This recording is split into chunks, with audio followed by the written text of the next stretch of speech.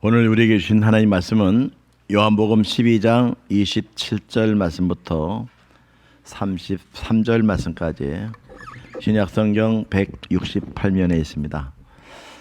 대독하여 읽겠습니다. 지금 내 마음이 괴로우니 무슨 말을 하리요? 아버지여, 나를 구원하여 이때를 면하게 하여 주옵소서. 그러나 내가 이를 위하여 이때에 왔나이다. 아버지여, 아버지의 이름을 영광스럽게 하옵소서 하시니 이에 하늘에서 소리가 나서 이르되 내가 이미 영광스럽게 하였고 또다시 영광스럽게 하리라 하시니 곁에 서서 들은 무리는 천둥이 울었다고도 하며 또 어떤 이들은 천사가 그에게 말하였다고도 하니 예수께서 대답하여 이르시되 이 소리가 난 것은 나를 위한 것이 아니요 너희를 위한 것이니라. 이제 이 세상에 대한 심판이 이르렀으니 이 세상의 임금이 쫓겨나리라. 내가 땅에서 들리면 모든 사람을 내게로 이끌겠노라 하시니 이렇게 말씀하심은 자기가 어떠한 죽음으로 죽을 것을 보이심이로라. 아멘. 오늘 설교 제목은 십자가의 영광입니다. 영광이란 뜻을 사전에서 찾아보니까 어떤 힘든 일을 해갖고 그것을 성취했을 때에 그 사람을 칭찬하는 것이다. 우리가 어떤 어려운 일을 이뤄내면은 우리 영웅이라고도 하고 영광스럽다고도 이야기합니다. 사람이 할 수 있는 것 중에 가장 영광스러운 것은 무엇일까? 그것은 바로 하나님을 영광스럽게 하는 것이죠. 이 하나님을 영광스럽게 하는 일을 가장 많이 크게 하신 분이 누굴까? 그분은 바로 예수 그리스도십니다. 십자가의 영광이라는 것은 그리스도의 영광이기도 합니다. 오늘 예수님께서는 공생의 사역을 하시면서 마지막으로 예루살렘 성에 입성하셨습니다. 예루살렘 성에 입성하기 전에 예루살렘에서 동남쪽으로 약 8km 정도 떨어져 있는 베다니 집에 머물렀다가 예루살렘으로 들어옵니다. 당시에 산헤드린 공의에서는 예수님을 죽이기로 이미 결의가 돼 있었기 때문에 수많은 사람들은 예수님이 예루살렘에 오지는 않을 것이다. 이번 6월절 때는 예수님이 예루살렘에 오지 않을 것이라고 별 기대를 하지 않았는데 주님이 오신다는 얘기를 듣고는 많은 사람들이 예수님을 환영합니다.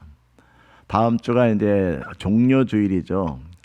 종려주일날 예수님 입성하신 날을 우리가 기념하는 종려주일인데 오늘 본문의 사건은 예수님 성전에 입성하시고 한 헬라 사람들을 만나는 그 시점에서 이루어진 일들을 여러분에게 소개하고 있습니다. 베단이라고 하는 그 뜻은 바로 고통의 집이란 뜻을 가지고 있어요. 이 베다니에서 어떤 일이 있었나요? 나사로가 죽었죠. 그래서 마리아와 마르다가 크게 슬퍼하고 고통을 당했는데 예수님께서 죽은 지 나흘이나 된 나사로를 무덤에서 살려내심으로써 부활을 입증하신 분이 그런 장소가 바로 베다니입니다. 이 베다니에서는 또 예수님께 기름을 붓는 그런 사건도 있습니다.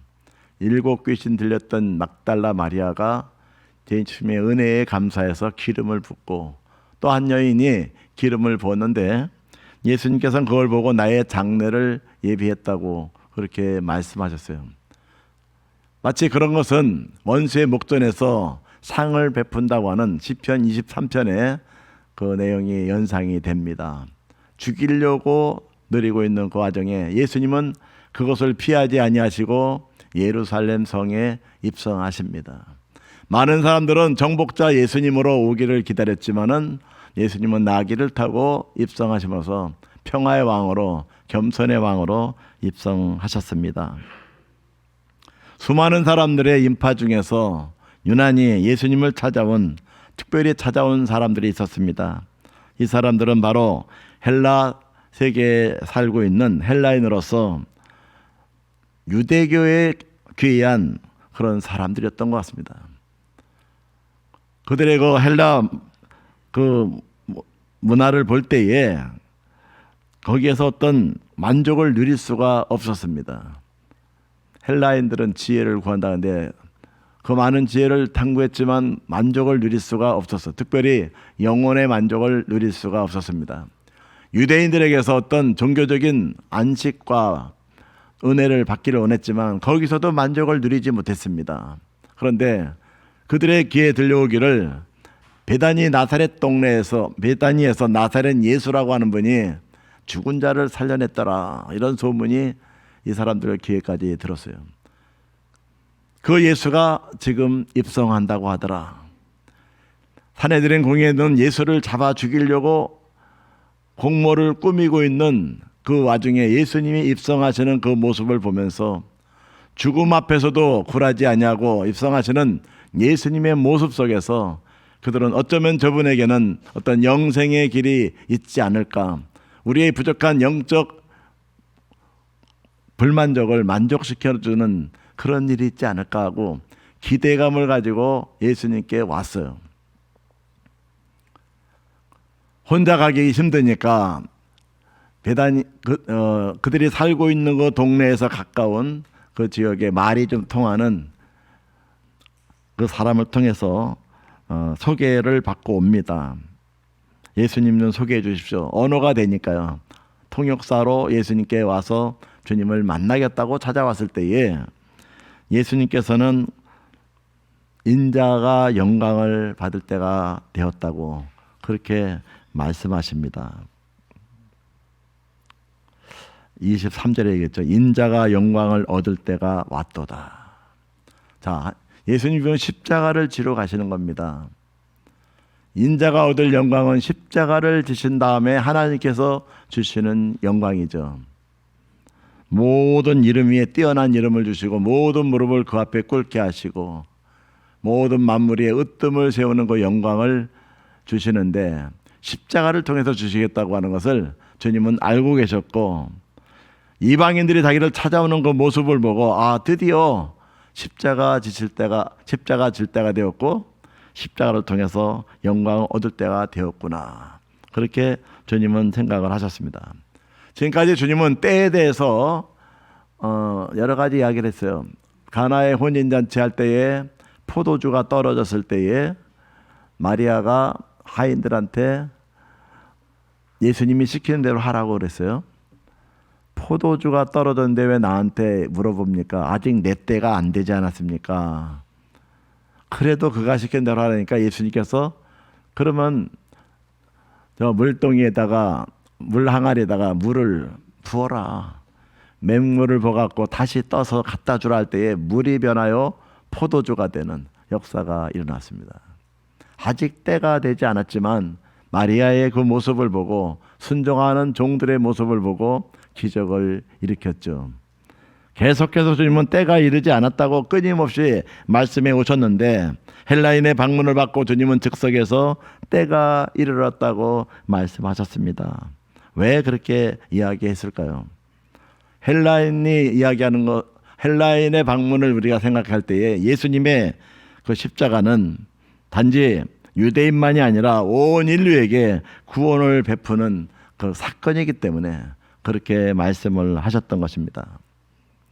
예수님의 제자들은요, 사복음서에 나타난 예수님의 제자들, 예수님의 부활을 목격하고 오순절 마가의 다락방에 성령 충만함을 힘입기 전까지의 제자들은 기도하는 일에 게을렀던 것 같아요. 기도 안 한다고 얼마나 책망을 많이 받습니까? 시험에 들지 않게 깨어 기도하라. 마음은 온유로되 육신이 약하다. 너희가 잠시 동안도 한 시간도 깨어 기도할 수 없더냐. 사순절을 보내면서 주님이 우리에게 이와 같은 책망이 여러분에게 들려오지 않기를 간곡히 부탁합니다. 주님의 고난을 생각하면서 기도할 수 있는 성도가 되셔야 됩니다. 평소에 기도에 게으르던 제자들은 낯선 이방인들의 그 갑작스러운 방문을 받고 어찌할까 망설였겠죠. 그러나 끊임없이 기도를 통해서 하나님과 교제를 지속하며 자신의 사명을 확인했던 예수님께서는 이방인의 방문을 받자 즉석에서 자신의 때가 왔다는 것을 간파하셨습니다. 그리고 지금까지는 인자가 고난을 받을 것이라는 얘기를 간혹가다 하셨어요. 베드로의 진한 고백을 받은 다음에 하셨고, 변화산상의 모습을 보고 하셨고, 간혹가다 했지만 이제부터는 모든 메시지를 십자가의 영광에 대해서 말씀하기 시작합니다. 왜 십자가가 영광입니까? 첫 번째로 십자가는 하나님과 만나는 통로이기 때문입니다. 십자가가 왜 중요합니까? 로마의 형벌에 의하면 세상에서 가장 수치스럽고 고통스러운 형벌이지만 예수님께서는 이 십자가를 가리켜서 영광이라고 말씀하십니다. 왜 그렇습니까?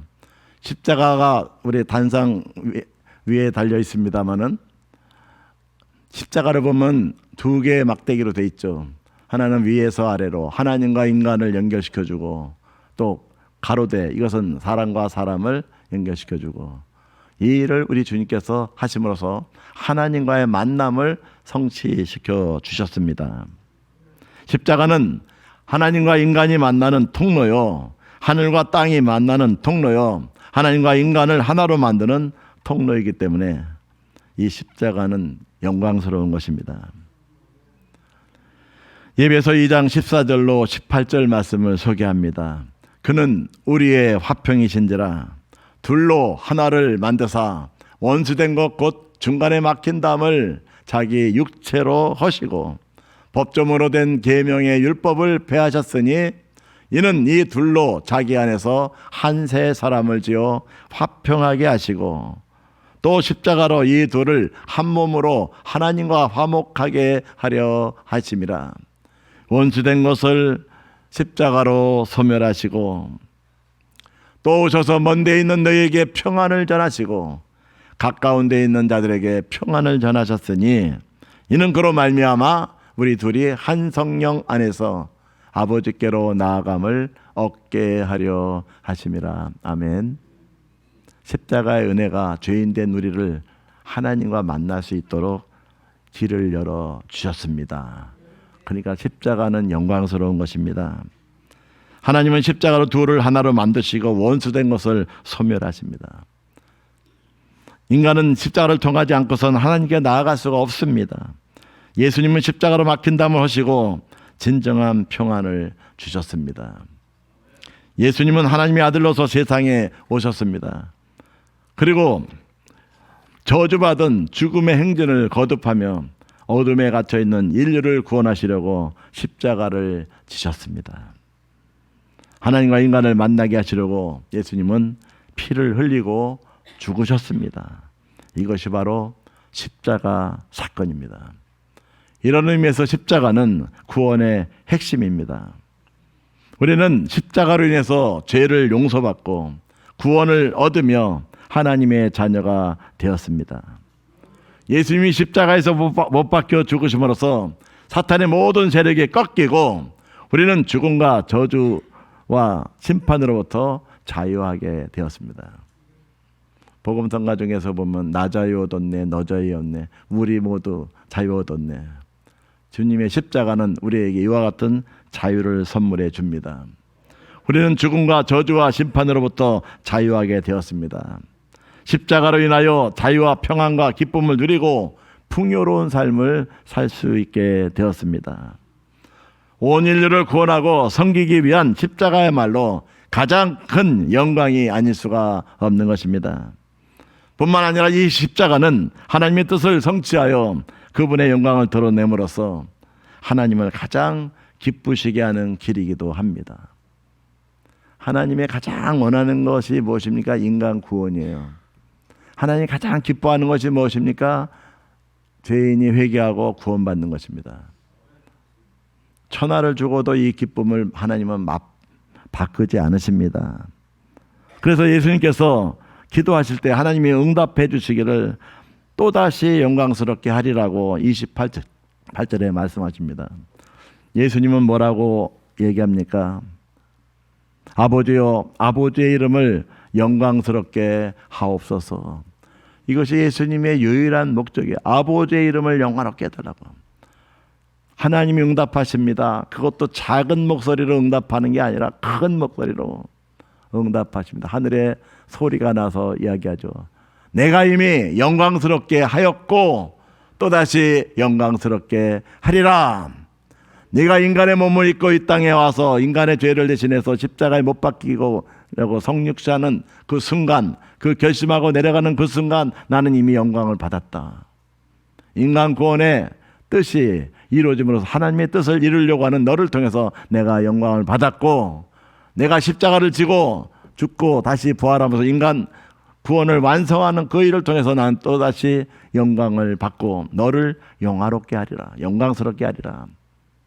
이렇게 말씀하십니다. 이 소리는 작은 목소리로 한 것이 아니라 예수님 귀에만 들리게 한 것이 아니라 주님과 함께 있는 많은 사람들이 들었어요. 그들이 들을 때에 천둥 소리로 듣기도 하고 천사의 음성으로 듣기도 하고, 이런 것으로 볼 때에 하나님이 무슨 말씀을 했는지 그들은 정확하게 듣지는 못한 것 같지만 예수님은 그 음성을 듣고 자신의 사명이 무엇인지를 알았고 십자가를 결행하겠다고 굳게 결심하는 일을 하게 됩니다. 자, 여기서 우리는 한 가지 의문이 떠오릅니다. 십자가를 지는 것이 하나님의 뜻일진저 왜 예수님은 그렇게 고뇌하는 마음을 가지고 격렬한 언어로 표현했을까? 오늘 본문에 보니까 지금 내 마음이 괴로우니 무슨 말을 하리요? 아버지여 나를 구원하여 이때를 면하게 하여 주옵소서. 마치 겟세마네 동산에서 기도하는 예수님을 연상하지 않습니까? 그런데 그 뒤에 기도를 보십시오. 그러나 내가 이를 위하여 이때에 왔나이다. 아멘.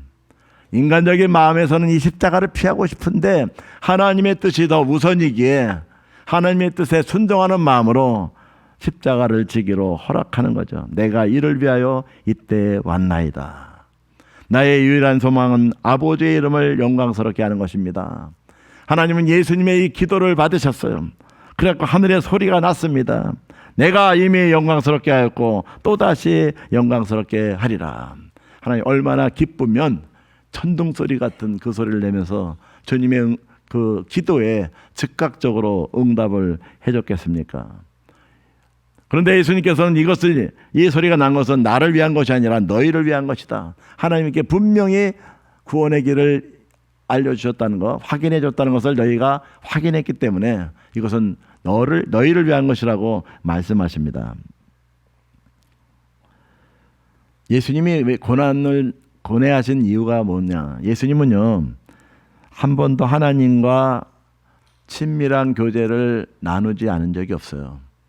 하늘에 계실 때도 그랬고 땅에서도 그랬고 공생의 사역을 할 때도 그랬고 여러 가지 사역을 하면서 예수님 늘 기도하시며 주님과 친밀한 교제를 나누심으로써 하늘의 영광을 누리시던 분입니다. 그런데 예수님이 십자가상에 매달려 있을 때에 어두움이 6시간 계속될 때에 주님은 그 하나님과의 그 단절을 참을 수가 없었죠.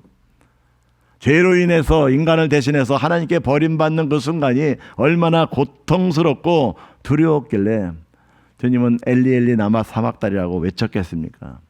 바로 그러한 하나님과의 격리를 단절을 생각하니까 마음이 슬펐던 거죠. 하나님과의 단절이 없이는 이 구원의 사역을 완성할 수가 없단 말입니까? 그러나 그것이 주님의 뜻이라면 순종하겠습니다. 여러분, 가족이 있는데 가족과의 사별을 생각할 때에 상상하기도 어렵죠.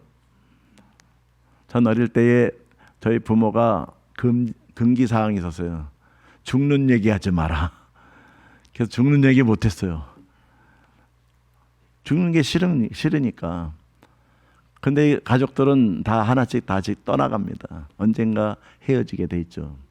그런데 예수의 부활이 있게, 천국 소망이 있게 죽음은 슬픔으로 끝나는 것이 아니라 새로운 산 소망으로 우리의 마음을 위로해 주고 힘을 더하여 줄 줄로 믿습니다. 예수님이 왜 슬퍼했는가? 하나님을 만나는 이 기쁨, 그것을 이들이 누려야 될 텐데 지금 이 세상 사람들은 자기 욕심에 끌려서 하나님을 찾지 아니하고 멸망의 길로 가고 있는 그 모습을 바라볼 때의 마음이 슬펐던 것입니다. 우리가 하나님을 만나는 기쁨을 계속적으로 누릴 수 있다면 우리는 이 어려운 현실 속에서 우리의 믿음은 더 깊어질 것이고 우리의 신앙은 더욱더 성숙될 것입니다. 그리고 우리에게 닥치는 개인적인 아픔과 고통도 극복할 수 있고 또한 점차 사라지게 될 줄로 믿습니다. 주님을 만나는 이 기쁨이 있을 때에 우리를 괴롭히는 이 트라우마는 다 사라지게 될 줄로 믿습니다. 기독교인 중에도 트라우마를 극복하지 못하는 분들이 더러 있는데 하나님과 동행하는 그 기쁨을 누림으로써 이 어려운 문제를 해결할 수 있는 성도님들 되시기를 바랍니다. 우리 주변에는 이러한 기쁨과 평안을 누리지 못하는 분들이 너무나도 많이 있습니다. 아직까지 하나님을 만나는 경험, 그 기쁨을 느끼지 못하고 있는 그들을 위해서 여러분 기도할 수 있기를 바랍니다. 애통하는 자 복이 있다 했습니다. 주님의 위로를 받으시고 그들에게 산 소망 되신 주님을 소개할 수 있는 하나님의 사람들 되시기를 바랍니다. 개인적으로 고난과 시련이 없다고 해서 희희낙낙하는 미숙한 성도가 되지 마시고 죄악으로 인해서 죽음의 지옥으로 달려가는 이 세상 사람들을 바라보면서 마음 아파하면서 그들도 우리와 같이 십자가를 통해서 하나님을 만나게 해달라고 기도할 수 있기를 바랍니다. 우리의 가족이나 친척이나 이웃이나 친구들 사이에 주님을 아직도 만나지 못한 그분들을 가슴에 품고 기도할 수 있는 여러분 되시기를 바랍니다. 십자가가 영광인 이유는 두 번째로 십자가는 구원의 열매를 맺게 하기 때문입니다. 예수님께서는 27절에 그러나 내가 이를 위하여 이때에 왔나이다. 자, 육신적으로는 십자가를 면하고 싶은데 하나님의 뜻을 확인하면서 마음을 다짐하는 거예요. 주님은 잠시 십자가의 죽음이 기적을 가져올 두려움과 공포로 인해서 망설이고 흔들렸겠지만 이내 메시아로서의 사명과 하나님의 뜻을 확인하면서 십자가를 위한 새로운 결단을 하게 됩니다. 그래서 마침내 승리합니다. 구원의 열매를 맺게 하셨습니다. 자, 예수님이 십자가 앞에서 고뇌하고 신앙적 결단을 통해서 승리의 과정을 거쳐가는 이 모습을 보면서 우리는 진정한 신앙이 무엇인지를 한번 생각해 보셔야 됩니다. 우리들 가운데 신앙의 과정이 무엇을 의미하는지 또 성숙한 신앙이 과연 무엇을 의미하는지에 대해서 오해하는 사람들도 있어요. 장례식장에 갔는데 부모가 돌아가셨는데 울지 않는 사람이 있어요. 우는 건 믿음이 없는 거다.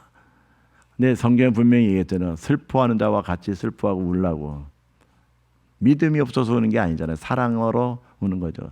약하기 때문에 주의 위로를 받으면서 우는 거죠. 구원을 받았으면 더 이상 회개할 것도 없고 그냥 편안하게 살다가 천국 갈 수 있다. 구원파가 그렇게 얘기하죠. 그러나 우리는 날마다 우리의 죄에 대해서 심각하게 생각하고 작은 죄도 회개할 수 있는 성도가 되시기를 바랍니다. 흔히 사람들은 신앙적 회개와 결단이 일생의 결정적 순간에 단 이례적으로 이루어진다고 생각합니다. 그러나 인간 구원을 위한 예수님의 이 구속사역은 단 이례적으로 영원히 이루어지지만 하나님을 향한 우리의 상한 심령을 회개하고 거듭나는 것은 죽을 때까지 계속돼야 되는 것입니다. 성화의 과정이 있을 때의 회개를 제껴두고 성화의 과정을 우리가 논할 수가 없는 거죠. 중대한 회개와 결단을 거쳐서 신앙의 과정에 들어선 사람에게 더 이상 결단과 회개가 필요하지 않다고 자유하지 않기를 바랍니다. 계속적으로 회개할 수 있는 여러분 되시기 바랍니다. 혹 우리 중에 회개를 너무 자주 한다고 그 사람의 신앙에 문제가 있는 양 바라보는 그런 사람들이 없기를 바랍니다. 인간에게 있어서 시험과 고난은 죽을 때까지 계속되는 것이며 우리는 매 순간 그러한 고비를 거칠 때마다 흔들리기도 하고 쓰러지기도 합니다. 동방의 의인이라고 하는 욥, 이 사람은 세 친구 앞에서 자기의 허물을 인정하지 않았습니다. 그러나 하나님의 임재하심 앞에서 그는 회개할 수밖에 없었습니다. 욥기 42장 6절 보니까 티끌과 제 가운데서 회개하나이다. 하나님을 위한 결단도 마찬가지입니다. 평소에 아무리 하나님을 위해서 자신을 바치겠다라고 결심했다 할지라도 막상 그 순간이 오면 선뜻 하나님을 위해서 십자가를 지는 것이 그리 쉬운 일이 아니라는 것을 우리는 베드로를 통해서 알 수가 있죠. 오늘 밤 너희가 다 나를 버리고 도망갈 것이다. 베드로는 그랬습니다. 내가 죽을지언정 주님을 버리는 일은 없을 것입니다. 예수님 말씀하십니다. 내가 닭이 울기 전에 3번 나를 부인하리라. 절대로 그런 일은 없습니다. 그러나 베드로는 어떻게 됐습니까? 닭이 2번 울기 전에 예수를 3번씩 부인했죠.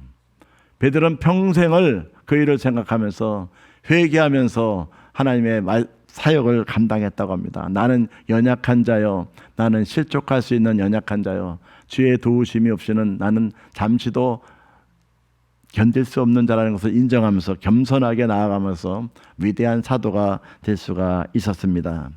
사랑하는 성도 여러분, 여러분의 신앙에 대해서 자만하거나 교만하지 않도록 하십시오. 또한 신앙이 연약하여 자주 흔들리는 이웃을 향해서도 정죄하는 자세를 갖지 마십시오. 십자가는 하늘의 미랄입니다.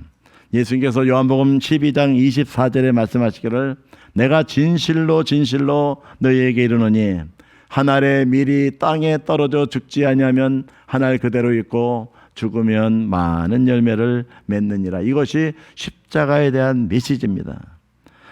밀알 하나가 땅에 떨어져 죽는다는 것은 예수님이 십자가에 못 박혀 죽으심을 의미합니다. 많은 열매를 맺는다는 것은 십자가 사건 때문에 수많은 사람이 죄의 용서함을 받고 구원을 받으며 영생을 얻는다는 것을 뜻합니다. 어느 교회든지 간에 처음부터 크게 시작된 교회는 거의 없습니다. 한두 사람이 시작한 이 교회가 갈수록 부흥되는 역사가 교회의 부흥의 역사이기도 합니다.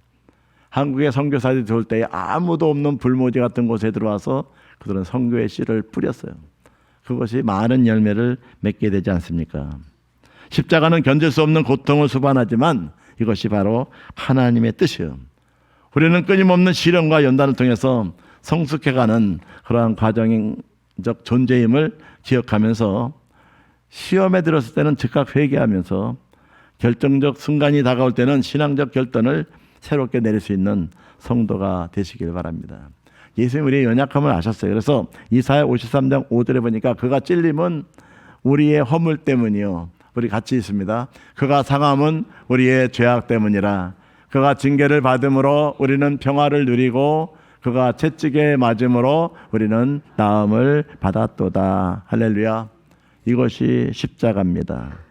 예수님이 십자가로 말미암아서 질병과 불안과 염려와 근심과 걱정으로부터 자유함을 얻고 저주에서 영원한 생명으로 옮겨진 것을 감사하시기를 바랍니다. 세 번째, 예수님의 이거 십자가가 영광인 것은 십자가를 통해서 사탄을 패배시켰기 때문입니다. 예수님의 기도를 하나님께서 즉각 응답해 주셨어요. 예수님은 정말 하나님의 뜻에 맞는 기도를 하셨습니다. 어떠한 미사여구도 덧붙여주지 않고 중심에서 나온 이 기도를 하나님은 받으셨습니다. 중언부언하지 않고 솔직한 심령으로 마음을 쏟는 기도를 하나님은 기뻐하셨습니다. 십자가는 세상의 통치자를 쫓겨나게 합니다. 즉 사탄의 정수리가 두 조각이 나는 것이 십자가입니다. 그 이후에는 평화를 얻게 됩니다. 세상을 통치하던 사탄은 예수 그리스도의 십자가로 말미암아 무적행으로 떨어지게 됩니다. 십자가는 사탄의 패배와 죽음을 의미하기도 합니다. 어느 누가 사탄이 감히 하나님이 십자가를 지실 줄 상상이나 했겠어요?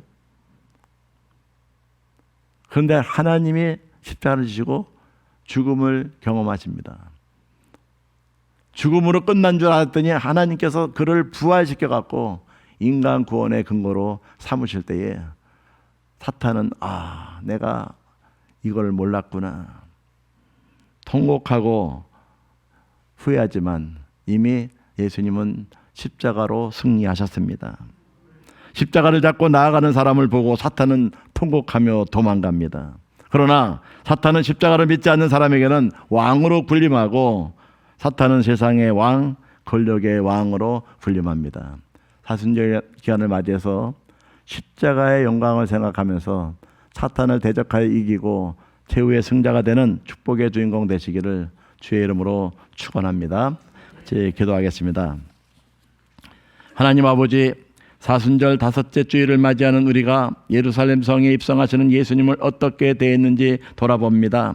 정려나무 가지를 손에 들고 호산나 찬송하리로다. 주의 이름으로 오시는 이 곧 이스라엘의 왕이시여 하라고 소리치는 인파 속에 묻혀있지는 않은지요. 그러나 예수님께서는 열광하는 사람들에게 마음을 두지 않으셨습니다. 사람들의 기대와는 어긋나게 사람이 한 번도 타보지 않은 나귀 새끼를 타고 예루살렘 성으로 나오셨습니다. 입성하신 예수님께서는 열광하던 무리의 환호에는 아랑곳하지 않고 명절에 예배하러 올라온 사람 중 조용하게 뵙고자 한 헬라인 몇 사람에게 온 마음을 집중하셨습니다. 꼭꼭 감춰두었던 속마음을 그들 앞에 드러내 선포하셨습니다. 인자가 영광을 얻을 때가 왔도다. 한 알의 밀이 땅에 떨어져 죽어야 많은 열매를 맺듯이 내가 땅에서 들리면 모든 사람을 내게로 이끌겠노라 하시면서 십자가에서 죽으심이 스가랴 예언의 성취라고 선포하셨습니다.